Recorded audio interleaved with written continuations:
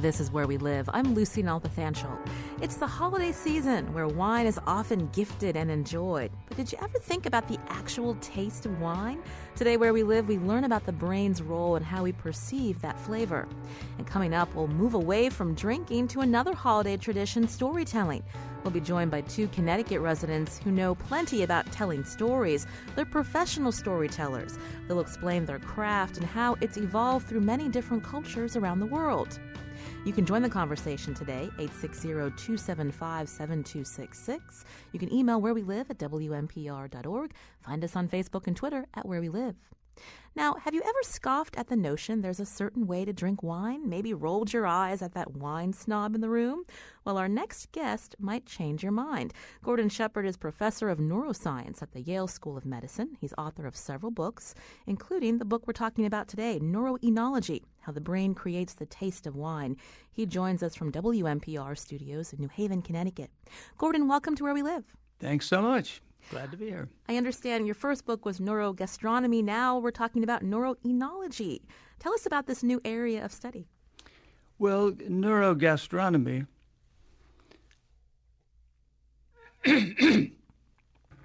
was the study of how food gives us a taste. And the point of the book was that the taste doesn't come from the food. The taste is actually created by our brains. And so neuroenology had a chapter in that book, and my editor said, "Oh, please, Gordon, do a book about wine." And so I threw myself into it. And neuroenology is the analogous study then of a particular product, wine, and how the taste of wine comes not actually from the wine, but from the way our brains create the flavor. So tell us more about that. What scientists have learned about how our brain helps us with this perception of taste. Well, the perception is what the brain does. And so that's the new way of thinking about flavor in food and wine. And in the case of wine, we have an unusual product in which there's very little nutritive value, but there is a great deal of flavor. And that's, of course, what attracts us. And so it's a wonderful subject of study because it brings in everything in the brain that's engaged in creating flavor. And so what I try to show is, first of all, that the taste doesn't come from the mouth, but actually from much of it from the smell of the wine, what we call the aroma, and that this then is something that we don't recognize when we're actually drinking the wine, just as we don't recognize with food that much of the flavor comes from smell. And this is something called retronasal smell, when we breathe out with the wine in our mouths, rather than when we're sniffing the aroma in the glass when we're breathing in. And so it's a complicated new way of thinking about smell and flavor, and that's what the book's about. So walk us through the process slowly, Gordon. So we have a glass of wine in front of us. I've seen people before they take that first sip, they take time to smell the wine in the glass. And then how do you then move from that moment to the proper way to sip the wine so that you're getting all of these different sensations? So here I take a part of my understanding from the people who actually do wine tasting for a living. So you take in just enough wine initially to have it in the front of your mouth, and you actually then begin to sense the smell when the volatiles then are caught by the breathing out through your airway in the back of the mouth and carried over the olfactory receptors in the nose. And then you work that wine around in your mouth so that you get engagement of the taste system, the touch system in your mouth, as well as the olfactory system. And actually, while you are doing this, you are remembering what the aroma smelled like when you first sniffed it in the glass, and then the vision of the bottle and the label and everything else that goes with the bottle and even the sound of the swishing of the wine in your mouth. And so all of this it makes for what is called a multimodal sensation, which essentially engages all of your sensory systems in assessing the wine. I'm speaking with Gordon Shepherd. He's professor of neuroscience at the Yale School of Medicine, author of the book Neuroenology, How the Brain Creates the Taste of Wine. Gordon was taking us through the very different moments of when we take a sip of wine. I'm curious, though, about our taste buds. I've heard that some people, their taste buds are more refined than others, and how that changes, I guess, the dynamic of when you're taking in the wine and the flavor. So this is just one of the variables that makes each of us unique in the way we sense wine or any food. And nonetheless, we all have a general understanding of what makes for a nice wine and what makes for a really awful wine. But our preferences can vary greatly depending on our sensory apparatus. And so we vary in the number of taste buds we have in our mouth. We vary in the number of olfactory receptors in our nose, which may run in the hundreds, and so they are likely to vary quite a bit. And so these variations make for our differences in appreciation of the wine. Actually, in terms of taste, which you first asked about, the contribution of taste in terms of sweet, salt, sour, bitter, and umami is relatively limited in wine. And that's why the smell part of it is so much more important compared with food, where sweet, salt, sour, bitter, and umami are quite important. Let's talk more about smell. You mentioned earlier retronasal smell. That's something probably many of us have really never heard about before. And so tell us again a little bit deeper about the function of that when we're taking in the wine and how that's different from when we are breathing in. So when we breathe in, we're all conscious of exactly what we're doing and what the sensation is, what the perception is of the aroma that we're breathing in. But when we've got food and wine, particularly wine in the mouth, then we think everything is coming from the mouth. But meanwhile, we're breathing in and out. And when we breathe in, we don't, of course, smell anything because we have our mouths full of wine. But when we breathe out, the volatile molecules from the wine are being carried from the back of our mouth up into our nasal cavity and out our nose. And it's that stimulation of the receptor cells in the nose that's creating the aroma of the wine, but that aroma then is merged with the feeling of the wine in our mouths to make us think that the taste of the wine is coming from the mouth. So retronasal smell is something we're almost entirely unconscious of, and yet it's the main factor in what's giving us the taste in the mouth of the wine. I should say this is the first book on wine tasting written by a neuroscientist. And you mentioned, again, retronasal smell, something that wine experts have known about, but no one's really studied it. That's exactly right. And so here I want to give credit to all the wine experts who knew about retronasal smell, but have not really been able to understand completely how it works and in relation to stimulating the brain, and to all my colleagues who really work on this from the point of view of animal research and from the point of view of human research, putting humans into a magnet to record the brain activity in different parts of the brain related to these different stages of tasting the wine. Now, many of us have been to wine tastings, and you have the option to spit out the wine, because if you consume too much, then you end up getting too much of a buzz. But you write in your book that swallowing is also very, specific to the flavor of the wine too. What's happening when we're swallowing that wine?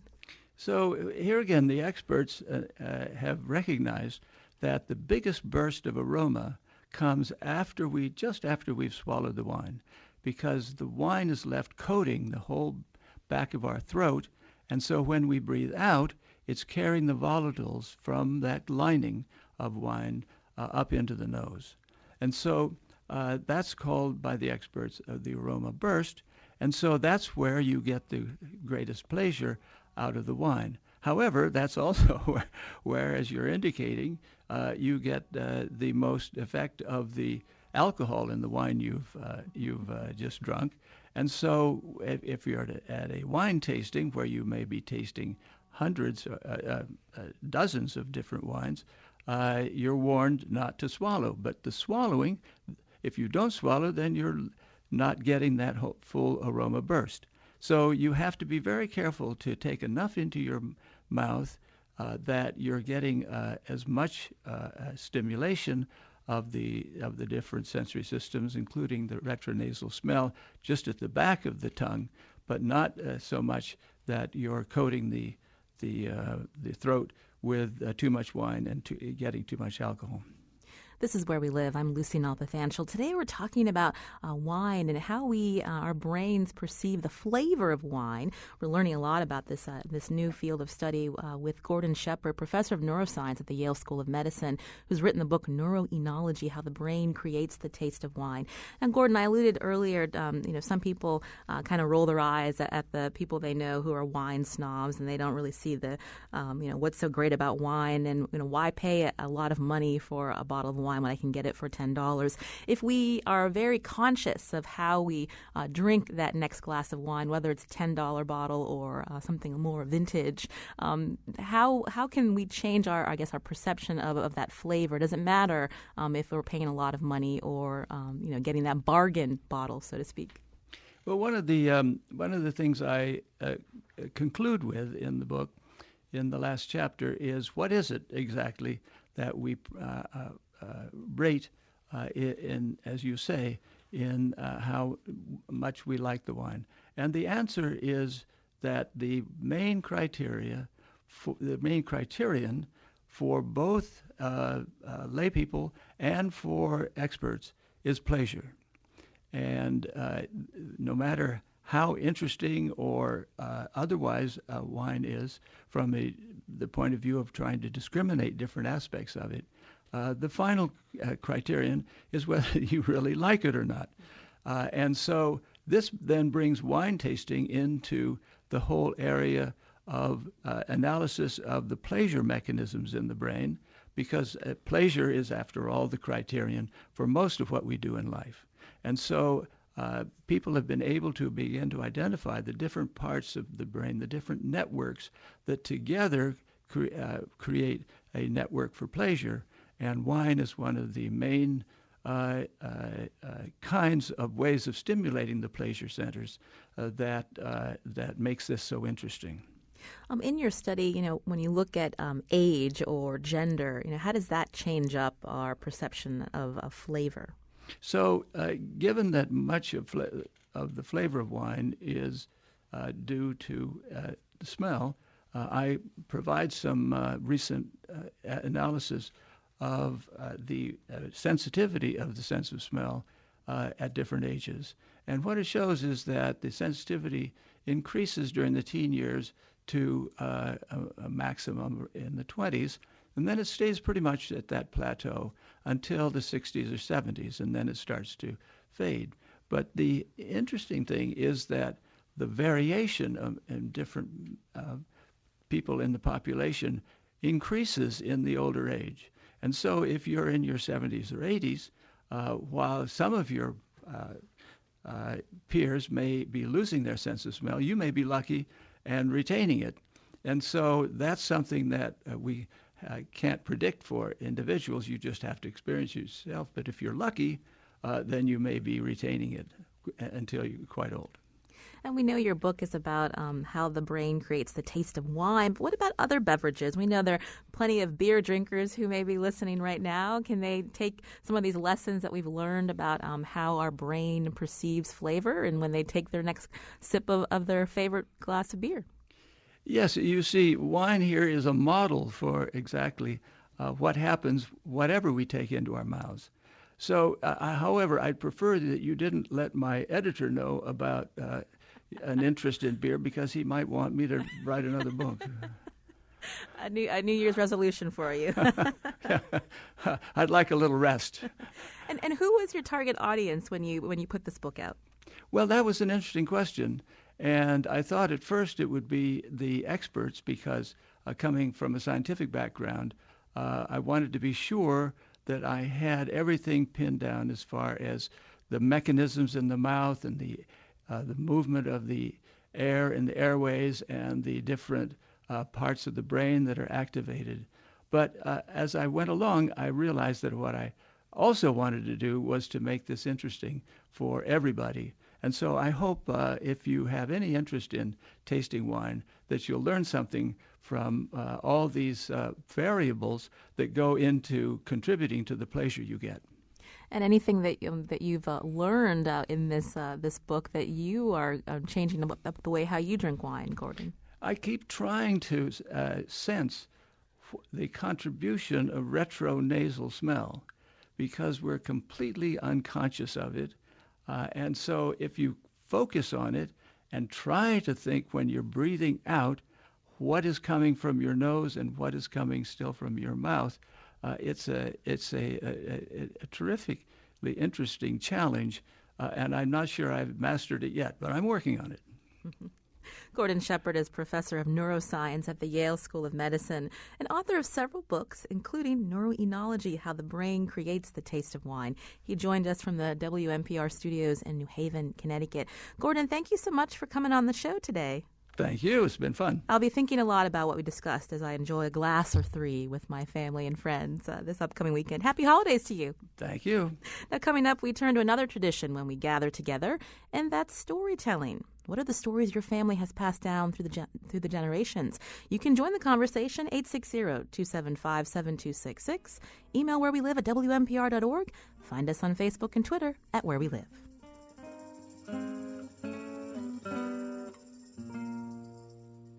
How does the wine taste? Does it sting your lips? What is the fruit like just beyond my fingertips?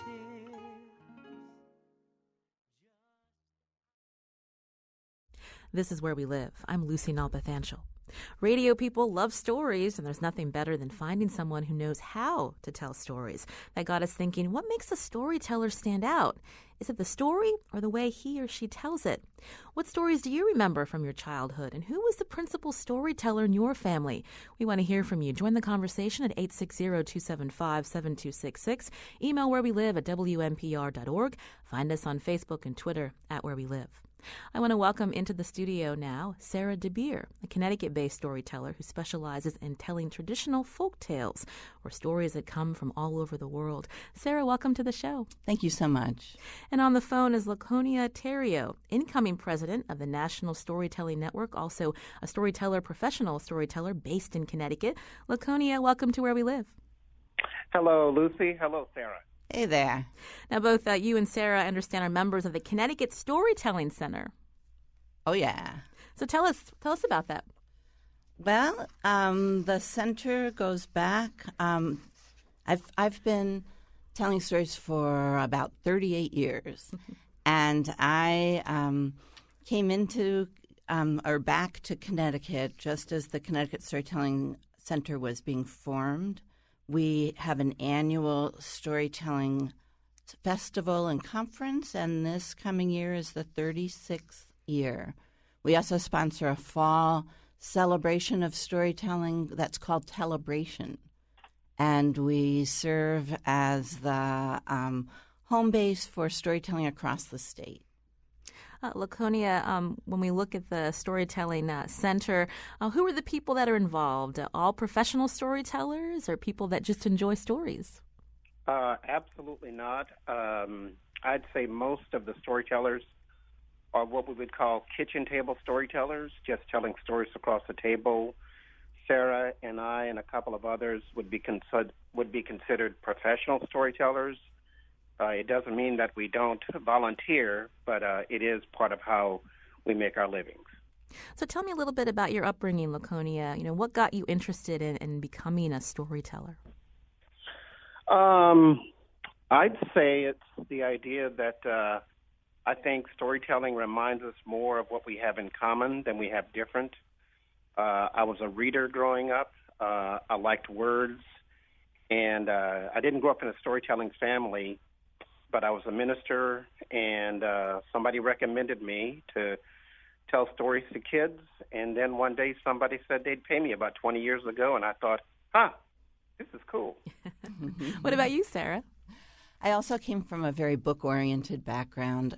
I was exploring a lot of different artsy things. I was doing mime, and I was making animated movies, and I was doing soft sculpture puppets and making baskets. And when I sort of stumbled into storytelling through both a library outreach program where I would go to housing projects and city parks where they thought kids weren't exposed to stories or books, and then got a traveling fellowship to go to Ireland and met people who had heard stories pass through the oral tradition. I fell in love. It was something that pulled all the other things that I was kind of being a jack of all trades, and suddenly was, this pulls everything together. When you look back at when you were growing up, I understand you were a Girl Scout, and there was an anecdote about the story. Oh, yeah. You heard about that. Yeah. Tell our listeners. Well, I loved language, and my mom was a Girl Scout leader. We went to an overnight, and when we got back, my mom started getting these phone calls from irate parents that I had destroyed their children's ability to sleep. They were getting nightmares based on the stories that I told while we were staying up late. So you had a knack for it back then. Yeah. She, looking back, says, that was the moment I should have known. This is Where We Live. I'm Lucy Nalpathanchel. I'm speaking to two professional storytellers as we get ready to celebrate the holidays, a time when we gather with friends and family. Sarah DeBeer is based in Connecticut. She specializes in traditional folk tales. We're going to hear some of those folk tales coming up in just a little bit. Also, Laconia Terrio is on the phone, incoming president of the National Storytelling Network. So, Laconia, tell me about your craft. What stories do you specialize in? Not unlike Sarah. And Lucy, if I get a chance, I just want to say Sarah is, in my mind, frankly, one of my favorite storytellers. So I get a chance to say that publicly because I don't get a chance to say it to her privately all the time. But I tell folk tales, not unlike Sarah. Sarah and I both believe in stories that remind us more of what we have in common with one another. Stories are windows into other cultures, and there are stories that are mirrors of our own cultures. So I prefer the folk tales. Occasionally we might dabble in what we call personal stories, but there are a number of people who love personal stories more than they love traditional folk tales. So when you're telling a story to an audience, walk us through the process. So there's a story that maybe you have an affinity for, but then how do you convey that story and use your voice, to capture someone's imagination as you're telling it? Laconia, can you hear me? Can you hear me, Laconia? Yeah, I thought you were asking Sarah. Oh, no, I want to hear from you first, and then I'll go to Sarah. Boy, Lucy, what a great question, and what I would say it's the faces of the audience. I would say I have told the same story maybe 100 times, and I tell it differently every time. I don't memorize the story as much as I try to image the story, and some images go with certain audiences and some images don't. I think it's the audience that determines how the story is told. So do you, zero in on a particular face that you see that's reacting to what you're saying? I remember 15 years ago I was telling a story to 500 4th, 5th, and 6th graders in Michigan, and some kid in the 18th row, his eyes were bugging out. And he came up to me afterwards. He goes, "I loved your stories." And I said, "No, I loved your eyes." He goes, "You don't even know where I was." And I said, "You were on the 18th row the sixth seat in from the left, and his eyes were just amazing, and I'll never forget that. I'll turn back to Sarah. Something Laconia said that really struck me is he doesn't memorize stories. So if you tell a story over and over again, how do you change up the way that you're delivering it? Well, I like to compare it to each of us have the experience of having something that that happened to us, or else a TV show that we saw or something, and you tell a number of people about it. And gradually it takes a shape. But if you have 5 minutes, you tell it shorter. If you have 10 minutes, you tell it longer. And you really are, I use the word co-creating. And it's that way with an audience as well. There's a certain vibe that's coming off of that audience, and you're kind of riding that vibe. And there was a time when we used at the Connecticut Storytelling Festival a number of years that we called story triggering, where someone would tell a 5-minute story, and then we'd have like 10 different people have up to 2 minutes each to share what that story brought up for them. And it was astonishing that some people connected to just a momentary event in the story, and it really resonated with something from their own experience. And so there's both that co-creating, the creating the images as you move through. And I really want to emphasize, just as Laconia said, that I don't memorize the stories. Then that was not a way. If you're passing stories through an oral tradition, they wouldn't be memorized. It was very much taking it for your village, for your people, and making it feel true to them. So without memorization, in a way, the message may change depending on when the story is being told and who's hearing it. Yes, that was the main thing. I think I mentioned I got a traveling fellowship to go to Ireland, and what I really wanted to get a sense of was how the story might change depending on who the teller was and depending who the listeners were. And sometimes there are amazing traditions. There's a tradition in Bali where the stories are told with shadow puppets, and the performer will spend 2 weeks, a month in the village, get a sense of what the central problem is among the people in that village, and choose from the huge sort of epic of the Mahabharata, the very small part that it's like a prescription for a problem that group needs to hear in order to heal the community in some way. As you're talking, there's lots of movement with your hands and your fingers. How does movement play a part when you're telling a story?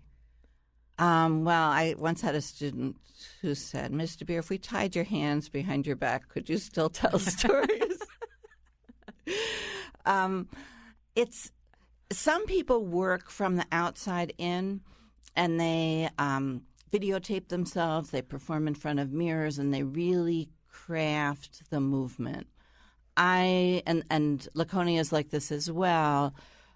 I work from the inside. I really go very deep into the motivations of different characters and the way that events are in the story are connected to other events, so that the story has a kind of integrity and it makes a kind of logic to me. And I don't really want to tell it until it's sort of steeped like that. And then it just becomes it sort of takes over. And when I feel really complimented, and my real goal is that people don't walk away saying, "Oh, I love the way you performed that story," or but that story was amazing. The I kind of disappear, and what really goes deep into the listener is the story itself. This is Where We Live. I'm Lucy Nalpathanchel. Today we're talking about storytelling. Who are the storytellers in your family? Join the conversation, 860-275-7266. I want to take a couple of calls now. Anne's calling from Hartford. Anne, you're on the show. Hi, good morning, Lucy. Hello. And good morning to Sarah. I've known Sarah for about 3 years. Sarah, this is Anne from Charter Oak. Hey there. Hi there. And she's an absolute wonderful storyteller. In fact, I took a class of hers about 3 years ago, a seminar, and we exchanged ideas. And she's a very important person in the Hartford area as far as storytelling goes. I'd like to say that I come from a long line of storytellers. I am Armenian, and if you know anything about William Saroyan and his writings, he was one of the great storytellers. And in our culture, it's all about the delivery. It's about the timing. It's about the moment. It's the person telling the story doesn't have that. It doesn't have the same impact. And my father was an amazing storyteller. He took moments from his life in Hartford, growing up from the 1920s, 1930s, and would have people on the floor. No matter how many times he told the story, he would be in a gathering. And as a child, I remember friends visiting my parents and sitting around the kitchen table, drinking coffee, and they would be telling stories. And they would say to my father, "John, tell them this one. Oh, if they haven't heard this one, tell them that." And no matter how many times they'd heard it, they would fall out because of his delivery. A lot of it had to do with growing up in Hartford, the Armenian traditions, the people, the characters, and he was just marvelous. Even today, many, many, many years after his death, people who remember him will come up to me and say, "Your father could really tell a story." And I feel that of our family members, I'm the one who has carried on that tradition because I will say, somewhat immodestly, I'm a very good storyteller myself. Well, we're glad to hear that. Yeah, it's like I said, it's about the timing and the delivery, whether it's a very short story that can be told in less than 2 minutes or one that builds up to a huge finish. And it all comes naturally. They can vary a little, the individual story within the telling, different times, but it always ends up having the same impact. And again, it's the timing and the build-up that's not memorized. It just comes naturally. Well, thank you so much for your comments, Anne. I wanted to turn back to Laconia Terrio, again, incoming president of the National Storytelling Network. He's also a professional storyteller based in Connecticut, as well as Sarah DeBeer. Laconia, I know you have, told stories to many audiences. I'm curious how you change up the story if it's an audience of children versus adults. Oh, that's I don't think really there's much difference, except that I think kids are a little bit more effusive. I think Sarah would agree with this. It really depends on the eyes. Lucy, if somebody's eyes are, as I said earlier, bugging out, I mean, I know that they're with me, but I can also tell you that I've seen people close their eyes, and I feel like they've gone on a journey with the story. I think it is a simpatico between the storyteller and the audience, but I also believe you tell stories if the audience is truly with you, and if the audience is not, I think your energy is sapped. I've told stories to a group, and they were just really horrible, and I went home and went to sleep for 3 hours after 30 minutes, and I've told stories for 5 hours in one day, and I literally could not go to sleep for about 6 or 7 hours. Have you had that experience, Sarah, where it either wipes you out or energizes you? Well, I'm going to jump in first because Lotte and I do have a little bit different approach to telling stories to kids. I'm part of my background is I have a master's in elementary education from the Bank Street School, and I taught in daycare and upward through ninth grade. And my when I go to very groups of very young kids, to preschoolers up through kindergarten, first grade, that I choose a different kind of story. I choose a story that has a lot of repetition. Kind of people know about the 3 pigs or the 3 bears or whatever like that. And I want there to be a lot of ways that kids can participate with me. So we'll do the chants together. We'll do gestures together, just constantly giving them a way to reconnect with the story. And then it really depends a lot on individual kids or adults' experience with listening to stories. I wrote my thesis on the ways that when there's people who've heard a lot of stories, young kids can follow a very complex story. If there's children who have barely ever been read to, they need much more hand-holding to get through a story, even if they're second or third graders. And kind of a larger issue than that is that in our culture, in America, we're much more accustomed to the kind of stories that Anne was talking about, to getting together with families and sharing. Do you remember when this happened? Oh, Dad, tell that story about when you dressed up as Santa Claus and tried to go through the chimney, or whatever, And there isn't as much sitting around and sharing stories from the tradition as there are pockets of populations that happens to. But there's other cultures where people are just expecting to hear folk tales in a different way from in our culture.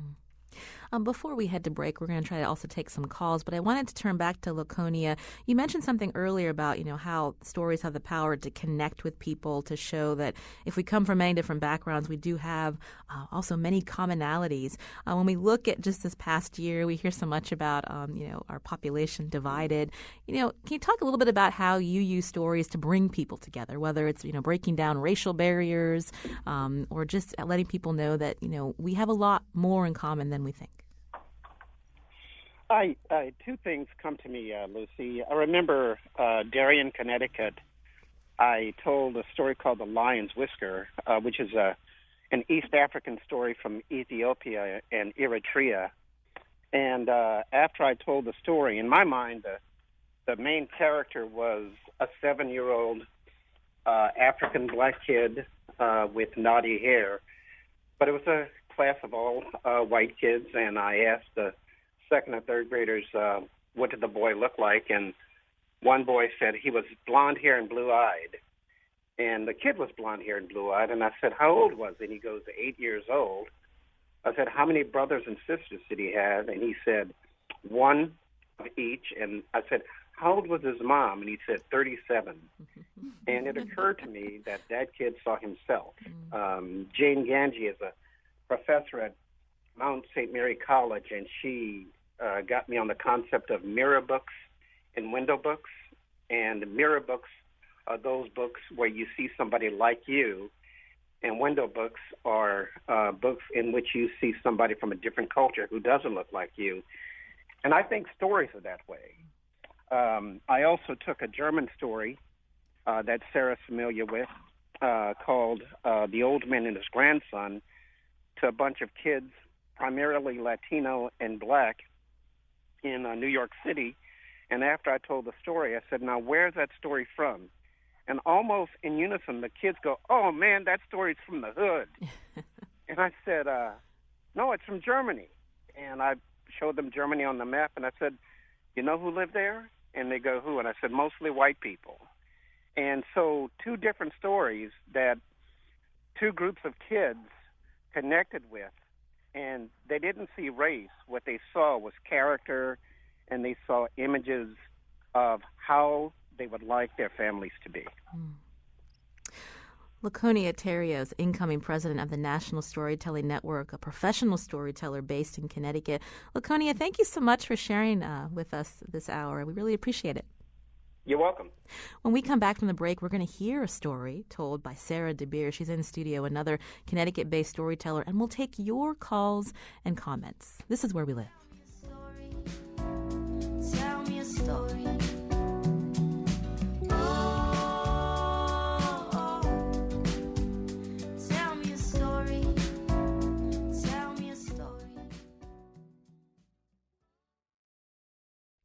This is Where We Live. I'm Lucy Nalpathanchel. Today we're exploring the tradition of storytelling with Connecticut-based storyteller Sarah DeBeer. She specializes in telling traditional folk tales or stories that come from all over the world. We've been talking a lot about the craft, Sarah, but we want to hear a story, so please tell us one. All right, what I want to tell you is a piece of one of my very favorite stories. It's a Spanish folk tale. Concerns 3 brothers and a sister. One thing I love about it is that the sister rescues her brothers. And in order to accomplish the quest that they're on, they are told one by one as they go, they're going to have to climb up a path of stones. And one by one, the brothers go up the path, and they have as well, they've been told that the stones will call out to them, and they have to ignore the stones and just keep climbing. One by one, the 3 brothers go up the path. As each climbs, he hears insults shouted at him, and at last he gets so full of anger, he picks up a stone, turns, throws it at the stones behind him, and he becomes another stone on the path. So I'd like to tell you the sister's experience. When she took her first step on that path of stones, it seemed that a cry of agony came up from the path, and it was so terrible to her. She couldn't imagine even taking another step, but she must take that step, she knew. And so she took another step. And again, this cry of pain. And she forced herself, step after step, trying to block out those agonized cries until all of a sudden, more filled with anguish than any other voices, she heard the voices of her own 3 brothers, and she wanted to stop, and she wanted to search for them, and she wanted to save them.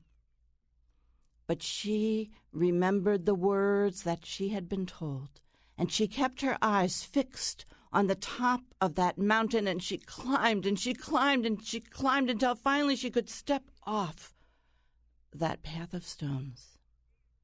And there in front of her, she saw the water of life, and by its side, the tree of beauty, and in its branches, the talking bird. And she took out the cage that she had brought with her, the bronze cage, and she broke a branch from the tree of beauty and placed it in the cage, and the talking bird followed and settled on that branch. She took the bronze pitcher she had brought with her. She filled it with the water of life. She stood there a moment. Now she had those treasures, but she did not know how she would save her brothers. And at last, because she could think of nothing else to do, she turned and walked back toward that path of stones. She was so tired, and that pitcher of water was so heavy that her hand began to tremble, and as it trembled, a few drops fell onto the stones, and as each drop landed on a stone, up sprang a young man or a young woman, and then she knew what she would have to do. And she sprinkled the water onto the stones, and she went and refilled that pitcher again and again until there was not one stone left on the path. And there were her own 3 brothers. And she led those young people in a procession back to their home, and she went behind their palace, and she planted the branch from the tree of beauty into the ground, and she watered it with the water of life, and a tree grew and put out branches, and there was the tree of beauty. The talking bird flew into the branches. And in this way, she saved her brothers, and she brought the treasures back to their palace. This is Where We Live. I'm Lucy Nalpathanchel. That was Sarah DeBeer, a professional storyteller based in Connecticut. We're talking about the tradition of storytelling. I want to take a quick call now. Bud has been holding from New London. Bud, we just have a couple of minutes. What's your question or comment? Now I can't talk. I'm crying after the last story. That was great. Actually, we started this last year. I'm on the steering committee for the 10-year plan to end homelessness for southeastern Connecticut, and we're using storytelling to tell about all the wonderful work we're doing. But I'm just reminded in so many ways of, what a great way of teaching kids and how we tell our stories. And it started really with Marshall Gans. He dropped out of Harvard in 1964, spent the summer with the Mississippi Democratic Freedom Party, and then spent 15 years as senior Chavez in the farm workers movement. And he tells us he's back at Harvard, and he took 40 years of organizing. He put it on 10 pages of the Sierra Club, The Power of Story and Social Movement, or How David Sometimes Wins. So we're going to tie that to southeastern Connecticut, and we're rebranding New London as Renaissance City, the crossroads of arts and technology. And New London's going to be the gateway to the last Green Valley. Wally Lamb was at the Guard Theater on Sunday, and his book, We Are Water, is going to be made into a movie, and we're going to use that as the unifying thing. Water is what brings us all together. A common bond of perception breeds a common bond of reception. Well, Bud, we're short on time, but thank you so much for sharing that with us. I wanted to turn back to Sarah with just a couple of minutes. We heard Bud say that he was overcome with emotion hearing that story. Yeah. What are the reactions to it that you remember? Well, one of the interesting things, I use that story a lot with adults and also high school students, and there's sometimes indignation. How come the brothers heard insults and the sister heard cries of agony? And sometimes kids say, well, it was the insults that make men turn back and agonized cries that make women turn back. But there was one child that I've always remembered, and sometimes share this with other people, who said, underneath every insult is a cry of agony. And it wasn't that the stones were saying different things, but the sister listened a different way. And I just love that. Well, we really have enjoyed speaking with you, Sarah DeBeer, again, a professional storyteller based in Connecticut. She specializes in traditional folk tales. We've got an interesting opportunity for you to see Sarah. Right after the show, go to Facebook. Search Where We Live. We're going to try a Facebook Live with Sarah DeBeer. She'll be sharing one of her many stories with us live here on WNPR and Where We Live. Sarah, I want to thank you for coming in today. Oh, it was just really fun. Fun to share something I love so much with listeners. I want to thank our listeners as we close out, getting close to a holiday. I want to thank our producers, Jeff Tyson and Lydia Brown, our technical producer Kyone Wolf, executive producer Katie Tolarski. We hope you all have a wonderful holiday, and stay with us. Go to Facebook and watch Sarah DeBeer perform one of her stories. This is Where We Live.